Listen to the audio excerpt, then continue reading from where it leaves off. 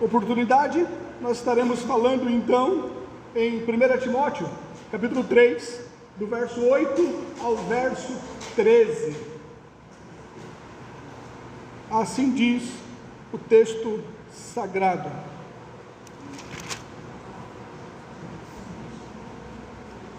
Da mesma sorte, os diáconos sejam homens, não de língua dobre, não dados a muito vinho, não cobiçosos de torpe ganância, guardando o mistério da fé numa consciência pura.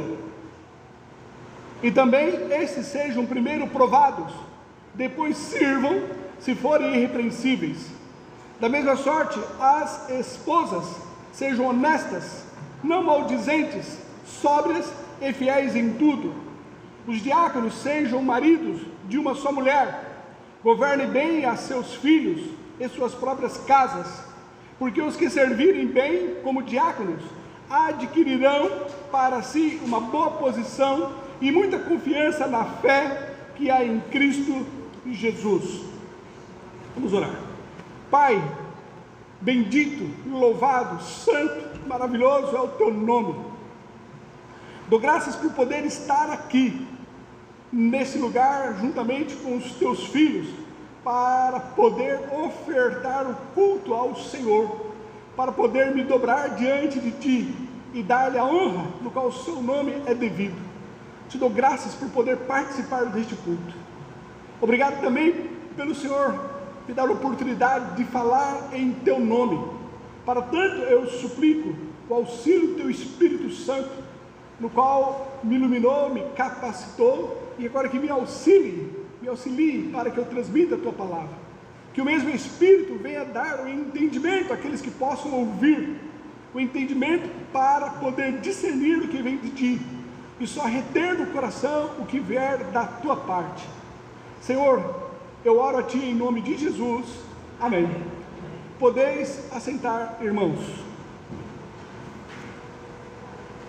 Nós vimos então na semana passada que Paulo ele falou acerca dos bispos, daqueles que haviam escolhido uma excelente obra. É o que ele diz no verso 1 do capítulo 3. Esta é uma palavra fiel. Se alguém deseja o episcopado, excelente obra deseja. E nós então vimos que o mesmo que se refere a pastor, se refere também ao bispo. São, na verdade, características diferentes de uma mesma pessoa, que ele tanto possa ser chamado de pastor, como também de bispo. Quando fala sobre bispo, é que está se referindo a questões mais administrativas, e pastor, no que diz respeito à sua conduta de acolher, de aconselhar, de estar então doutrinando as suas ovelhas. Nós vimos que esse que almeja então o episcopado, ele deve ter no seu coração esse desejo, mas autenticado, corroborado pela igreja e também pelo Espírito Santo. E Paulo, logo depois, ele começa a traçar quais são as características então que um bispo, que um pastor deveria ter. Ele traz 11 características. Dessas 11, 14 diz respeito às condutas, tanto dentro da igreja, como no lar, como também diante da sociedade. Ele deve ter um comportamento que revela a Cristo no seu viver diário. E entre essas 15 características, somente uma que fala sobre a questão teológica, que ele seja apto para ensinar. Mas, por mais que temos somente uma referência, nós vemos que o pastor, o bispo, ele tem que ser apto para ensinar. Diante disso, a escolha então de um pastor não pode ser sem um critério, sem uma avaliação, sem que a pessoa realmente esteja apta para levar a congregação ao crescimento, a conhecer a Deus, a doutrinar a igreja. Essa é as lições, o que nós aprendemos então na semana passada.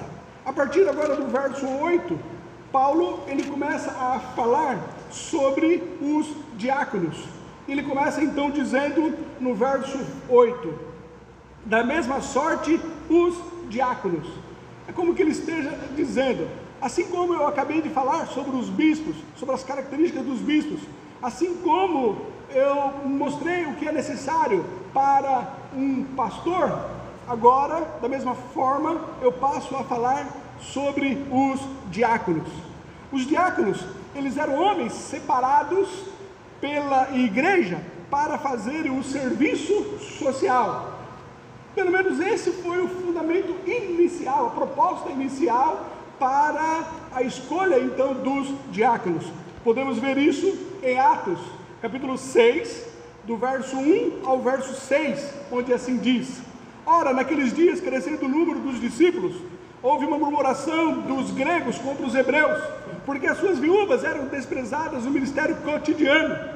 E os 12, convocando a multidão dos discípulos, disseram: não é razoável que nós deixemos a palavra de Deus e sirvamos as mesas.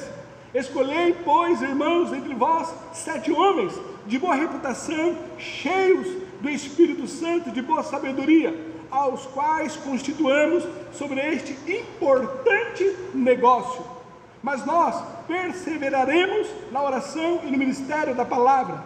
E este parecer contentou a toda a multidão, e elegeram Estevão, homem cheio de fé e do Espírito Santo, e Filipe, e Prócoro, e Nicanor, e Timão, e Pármenas, e Nicolau, prosélito de Antioquia, e os apresentaram ante os apóstolos, e esses, orando, lhes impuseram as mãos. Então, a priori, o propósito para a escolha desses homens foi a necessidade que surgiu em relação a questões sociais dentro da igreja. Mas se nós olharmos aqui, entre esses, o que Atos ele nos fala sobre Estevão e também sobre Filipe, nos quais eles não trabalharam no serviço social. Eles foram evangelistas, eles foram missionários, eles pregaram ali a palavra, eles desenvolveram um ministério fora da igreja, no que diz respeito à pregação, ao testemunho, sendo um deles, no caso Estevão, até mesmo apedrejado por estar pregando ali a palavra de Deus. Se nós pensarmos também nas características que Paulo ele colocou em relação ao bispo, ao pastor, e se nós compararmos com o que ele fala aqui sobre os diáconos, nós vemos que essas características são bem parecidas. Diante disso, nós podemos afirmar que o ministério do diácono, ele é mais amplo, não é somente o trabalho social, por mais que no princípio foi esse o objetivo, mas ele se estendeu, ele se alargou, ele teve um envolvimento maior. Assim, entendemos que o trabalho do diácono seria como um assistente no ministério pastoral, alguém que está mais envolvido com as questões da igreja, na pregação, no testemunho, na assistência ali ao pastor. Esse talvez seja o propósito maior de um diácono. Paulo então, ele passa a dar aqui as características que esses diáconos devem ter. Ele coloca, da mesma sorte, os diáconos sejam honestos. Honestos vem a ser dignos, respeitáveis, ter caráter impoluto, vida irrepreensível e conduta ilibada. Mostra também que esse que está auxiliando ao pastor, que da mesma forma que o pastor deve ter uma conduta irrepreensível, também o que está ao seu lado, o que está também liderando, ele deve ser honesto, deve ser irrepreensível, deve ter um caráter ilibado. Este é o dever do diácono. Ele continua, não de língua dobre. Literalmente, língua dobre significa não de duas palavras. Esse que está na liderança, o diácono, ele não pode mudar de opinião de acordo com a conveniência. Ele não está envolvido em mexericos ou boatos. Ele não é uma pessoa maledicente, mas ele é uma pessoa confiável no que ele diz. Esse que não é de língua dobre, ele não fica jogando uma pessoa contra a outra. Deve ser também uma característica do diácono. Da mesma sorte, os diáconos sejam honestos e também não de língua dobre. A palavra dele deve ser sim, sim e não, não. A palavra dele deve ser confiável. O que ele diz traz respeito. Ele não é uma pessoa que fica mudando de opinião de acordo com a conveniência, mas é uma pessoa que, quando ele diz, há um devido respeito por saber que ele é sério no seu falar. Continuando no verso 8, ele diz: não de língua dobre, não dado a muito vinho. Irmãos, na semana passada, quando nós falamos sobre as características do bispo, aí, da mesma forma, Paulo, ele exorta para que o bispo ele não seja voltado para o vinho. E nós mostramos que essa deve ser uma conduta de todos os líderes que a Bíblia nos mostra. Nós falamos sobre os profetas, nós falamos sobre os sacerdotes, nós falamos sobre os reis, que eles também são exortados a não se envolverem com o vinho.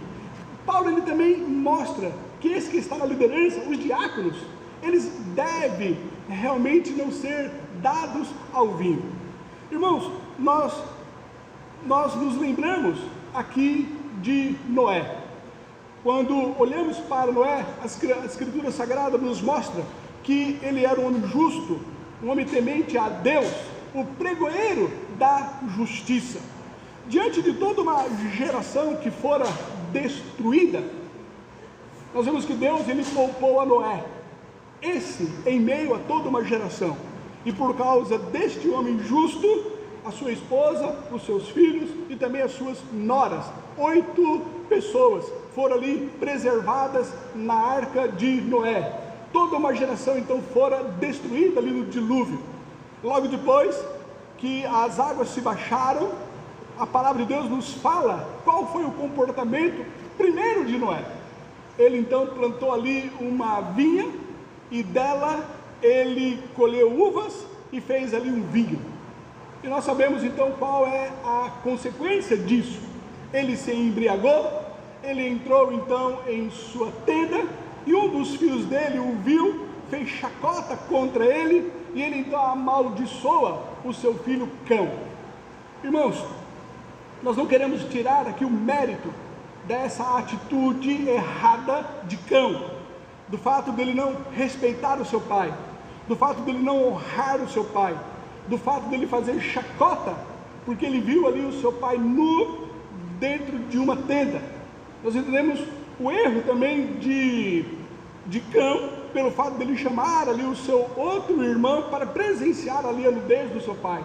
Tudo isso nós entendemos que não é razoável que seja feita por um filho diante do seu pai. Mas o que eu quero chamar aqui a atenção é que esse homem justo, ele realmente se embriagou, e por causa da bebida, porque ele não teve domínio sobre o que ele estava tomando, ele não teve realmente cuidado com o testemunho que ele pudesse dar em relação aos seus filhos, ele não teve cuidado de ter domínio próprio em relação ao vinho no qual ele estava tomando a quantidade, e ele veio então a se embriagar. A sua embriaguez foi tanta que ele então ficou nu dentro de uma tenda, e por causa desse seu mau comportamento acarretou todo o transtorno em relação ao seu filho. Não quero tirar o mérito do erro de Cão, mas também nós podemos perceber o mau testemunho de um homem que se embriagou. Nós podemos perceber esse homem que sem o domínio próprio em relação à bebida no qual ele consumiu. Noé, por mais que ele fosse um homem justo, um homem temente a Deus, mas ele não teve o controle sobre a bebida, e as consequências foram drásticas na sua família. Com isso eu quero mostrar a necessidade de nós termos cuidado com a questão do álcool. A Bíblia ela não proíbe, a Bíblia ela não nos mostra que não podemos estar fazendo uso do vinho, mas eu chamo a atenção para que nós sejamos responsáveis dentro dos nossos lares, responsáveis ao consumir qualquer tipo de álcool. Tenha temor, tenha respeito com os seus filhos e guarde para que você não dê um mau testemunho. Controle o seu comportamento. Paulo então ele fala em relação ao diácono. Ele diz: não dados a muito vinho. Os diáconos, eles não devem ser voltados para o vinho, mas pelo contrário, eles deveriam ser cheios do Espírito Santo. Atos, capítulo 6, o verso 3 fala: escolhei, pois, irmãos, dentre vós, 7 homens de boa reputação, cheios do Espírito Santo e de sabedoria, aos quais constituamos sobre este importante negócio. Ao invés deles serem cheios de vinho, deles se embriagarem com vinho, eles deveriam sim ser cheios do Espírito Santo. Efésios, capítulo 5, verso 18 diz: e não vos embriagueis com vinho em que há contenda, mas enchei-vos do Espírito Santo. Quem é governado pelo álcool não pode administrar a casa de Deus. Voltando aqui para o verso 8, Paulo então, Paulo falando a Timóteo, ele diz: da mesma sorte, os diáconos sejam homens, sejam honestos, não de língua dobre, não dados a muito vinho, não cobiçosos de torpe ganância. Os diáconos, como nós vimos, eles deveriam dar assistência aos necessitados. Olha o Atos capítulo 6, o verso 1. Ora, naqueles dias, crescendo o número dos discípulos, houve uma murmuração dos gregos contra os hebreus, porque as suas viúvas eram desprezadas no ministério cotidiano. Os diáconos então, por eles serem nomeados para dar assistência aos necessitados, eles tinham acesso ao que entrava dentro da igreja em relação às ofertas, em relação aos dízimos. Eles poderiam estar ali usufruindo desse acesso. Paulo então, ele exorta que esses diáconos, por ter acesso ali à bolsa, por ter acesso ali ao dinheiro, às entradas dentro da igreja, que eles não fossem semelhante a Judas, que também tinha acesso ali à bolsa, mas usou para o seu próprio prazer, usou de uma forma gananciosa, usou de uma forma desonesta, ao invés de usar em prol da igreja, dos necessitados, ele usou para si mesmo. Então Paulo exorta aqui aos diáconos que eles não tenham o mesmo comportamento de Judas, que roubava a bolsa. João capítulo 12, verso 6 fala: ora, ele disse isto não pelo cuidado que tivessem dos pobres, mas porque era ladrão e tinha a bolsa e tirava o que ali se lançava. Esse foi o comportamento de Judas. Paulo então ele exorta que os diáconos, aqueles que dão a assistência aos necessitados, que porventura tenham acesso às entradas, que eles não sejam homens de torpe ganância, não venham usar de forma fraudulenta o dinheiro que era para ser usado para os necessitados. Eles não podem cobiçar o que eles devem repartir.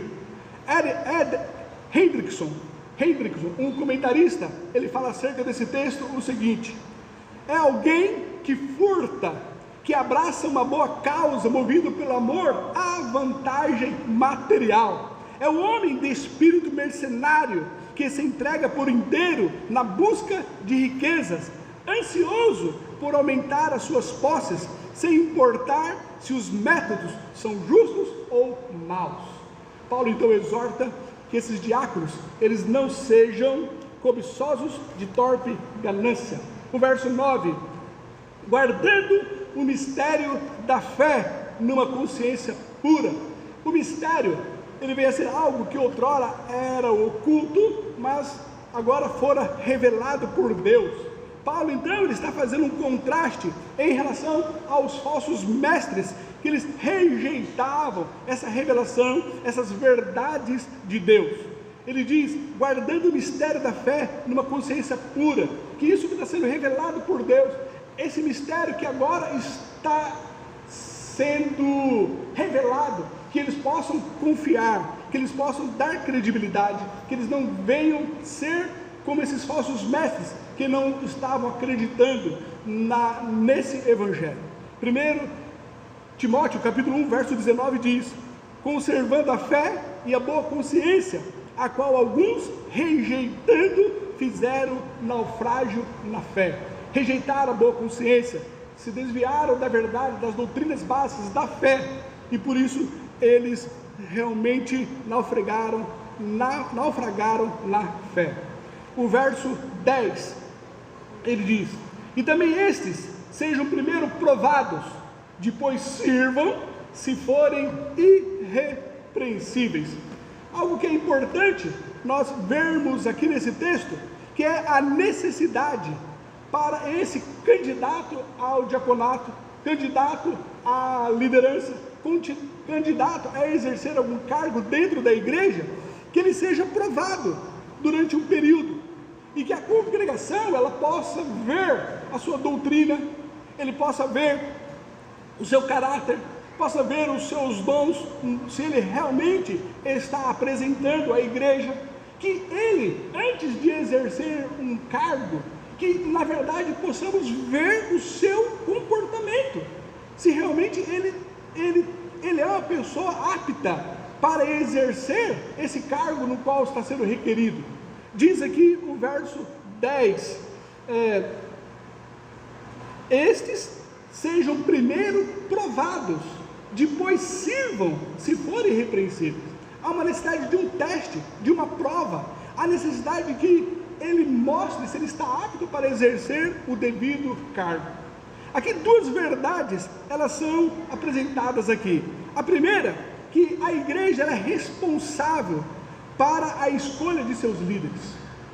Nós não podemos estar rifando, na hora talvez de uma assembleia que é escolhido os líderes, aí dá a oportunidade de se indicar alguém e fique rifando, e esse, e aquele outro, sem que haja um critério básico, sem que entendamos se essa pessoa realmente está apta, sem que ela seja provada, sem que haja realmente, ao colocar alguém dentro de um cargo, que ela seja madura em relação aos seus dons, em relação às suas doutrinas, em relação ao seu caráter cristão. Então a primeira lição é que a responsabilidade de toda a igreja na escolha de seus líderes. A segunda lição é: nós não podemos colocar alguém para assumir cargo que já não esteja atuando. Se uma pessoa ela não tem nenhum comportamento de envolvimento dentro da igreja, por que agora dar a ela um cargo? Se a pessoa não está assumindo responsabilidades dentro da igreja, por que dar a ela um cargo? Então, a pessoa que assume cargo é alguém que já está atuando, é alguém que já está trabalhando, é alguém que já está vivenciando o amor pela igreja. Assim, depois disso, aí podemos dar um cargo à pessoa. O verso 11: da mesma sorte, as esposas. Tem havido uma interpretação errônea em relação aqui da mesma sorte às esposas. Alguns entendem que diz respeito aqui às esposas dos diáconos, que elas agora são mencionadas como diaconisas, e a partir então deste texto se infere de uma forma errônea sobre a questão do diaconato feminino, e Paulo aqui poderia estar fazendo referência a isso, que as esposas dos diáconos, elas são as diaconisas. Mas vamos ver o que o texto aqui nos ensina. Literalmente, se nós fôssemos traduzir esse texto, ele deveria ser traduzido da seguinte forma: mulheres de igual modo. Aqui não existe a palavra esposa, aqui no original está mulheres. Da mesma sorte, as mulheres, de igual modo, as mulheres. A tradução literal seria mulheres e não esposas. Em segundo lugar, não há aqui o artigo definido as, ou seja, as esposas, antes de mulheres. Em terceiro lugar, não há aqui o possessivo, suas. No grego também não tem as suas. Isso não existe. Que deveria haver se o sentido fosse se referir às mulheres dos diáconos. Então não tem as suas, também não existe no original no grego.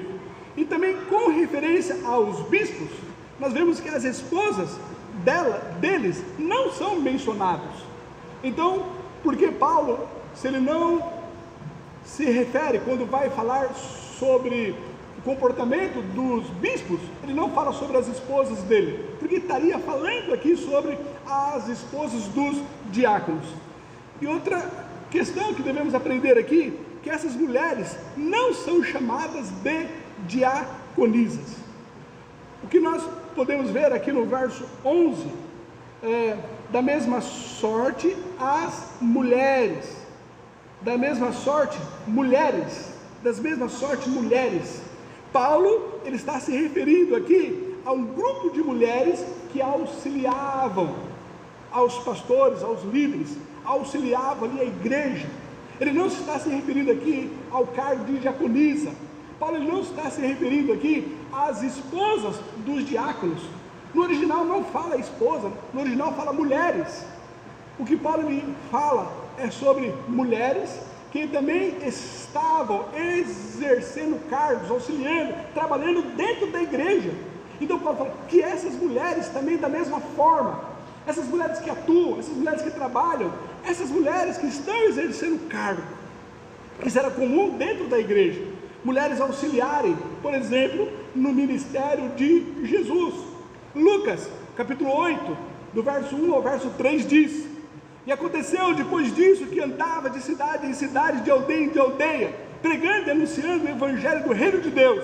E os 12 iam com ele, e algumas mulheres que haviam sido curadas de espíritos malignos e de enfermidades, Maria, chamada Madalena, da qual saíram 7 demônios, e Joana, mulher de Cusa, procurador de Herodes, e Susana, e muitas outras mulheres, que os serviam com os seus bens. Era comum então mulheres, e é sobre essas mulheres que Paulo está se referindo, que elas auxiliavam então no ministério junto à igreja. Paulo ele fala sobre elas também em Romanos, capítulo 16, o verso 1 e o verso 2. Recomendo-vos, pois, Febe, nossa irmã, a qual serve na igreja que está em Cencreia, para que a recebais no Senhor, como convém aos santos, e a ajudeis em qualquer coisa que de vós necessitar, porque tem hospedado a muitos, como também a mim mesmo. Então é sobre essas mulheres que desenvolvem um serviço dentro da igreja que Paulo passa a falar em relação a elas. Aqui não é uma referência às esposas dos diáconos, e também não é uma referência ao diaconato feminino.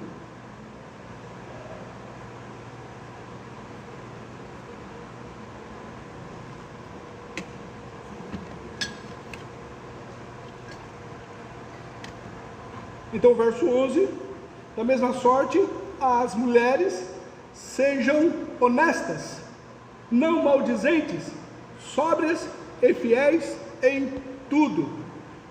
Seja homem, seja mulher, seja qualquer pessoa, seja jovem, seja adulto, seja idoso, qualquer pessoa que exerce um cargo, ou que faz parte da família de Deus, que faz parte do corpo de Cristo, mas principalmente aqueles que estão à frente, ele deve ter um comportamento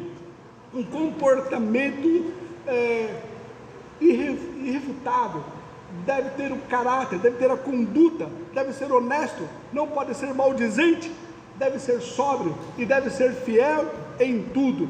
Para desenvolver qualquer obra que seja na igreja, é preciso ter boa reputação. É isso que Paulo fala sobre essas mulheres. Assim como ele falou sobre os bispos, assim como ele falou sobre os diáconos, aí ele fala também sobre as mulheres. Tem que ter boa reputação. Voltando agora no verso 12, ele dá esse parênteses sobre as mulheres, talvez eles tendo cargos. Ele fala agora, volta a falar sobre os diáconos, o verso 12. Os diáconos sejam maridos de uma só mulher. Semelhante ao que nós vimos em relação aos pastores, que devem ser também maridos de uma só mulher, Paulo ele fala que os diáconos também sejam maridos de uma só mulher.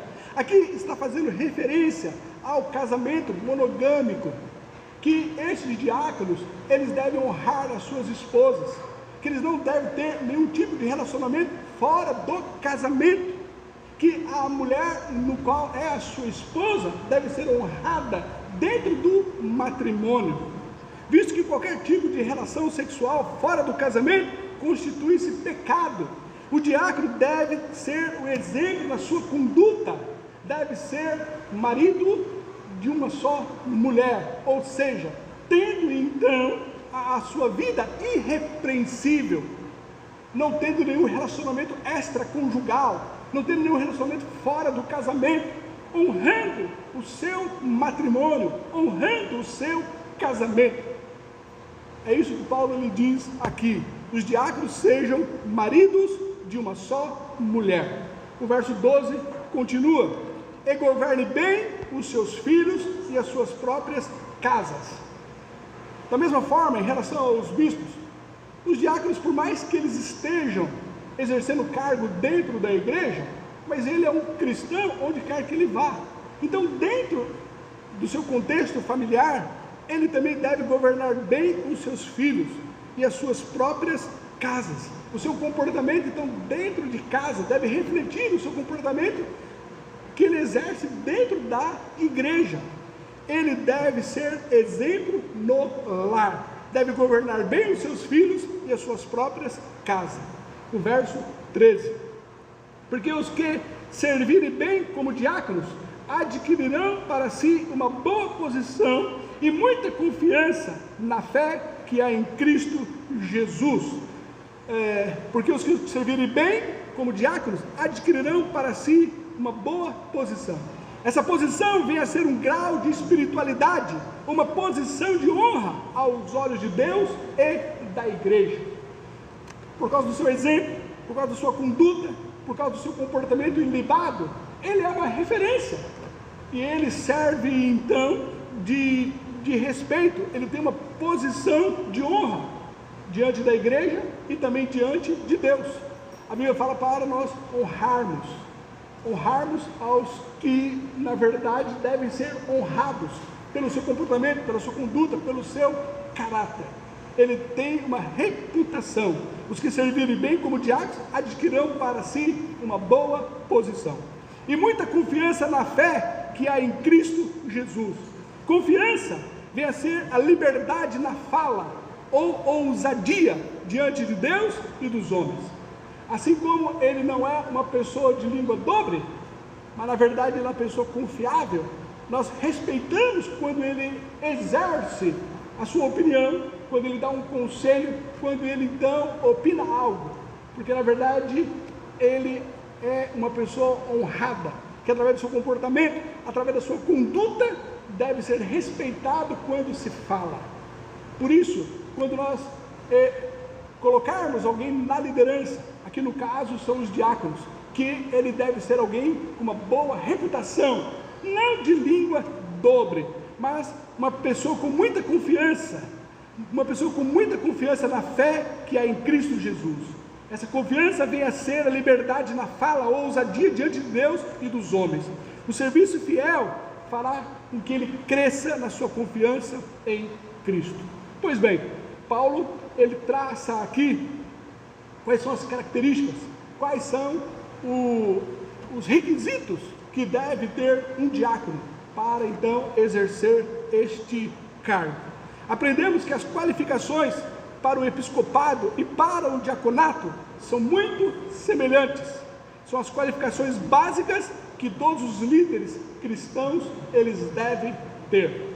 Por mais que a partir do verso 1 até aqui o verso 13, Paulo ele vem falando sobre bispos e diáconos, mas isso pode ser referência para qualquer um que exerce cargo, qualquer um que está à frente de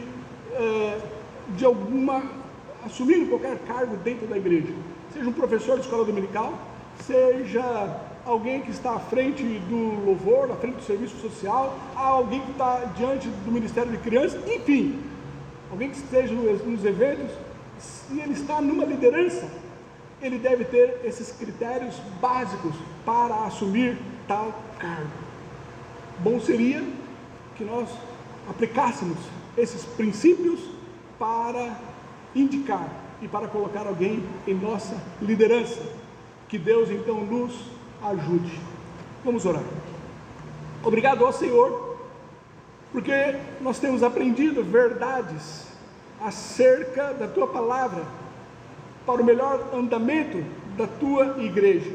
Pai, no nome do Senhor Jesus Cristo, que ao aprendermos essas verdades, podemos em momento oportuno colocarmos em prática, colocarmos, ó Pai querido, como uma extensão do nosso voto, da nossa indicação, para que alguém possa exercer algum cargo dentro da nossa igreja.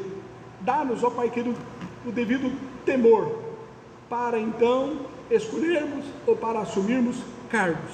Eu oro assim, em nome de Jesus. Amém.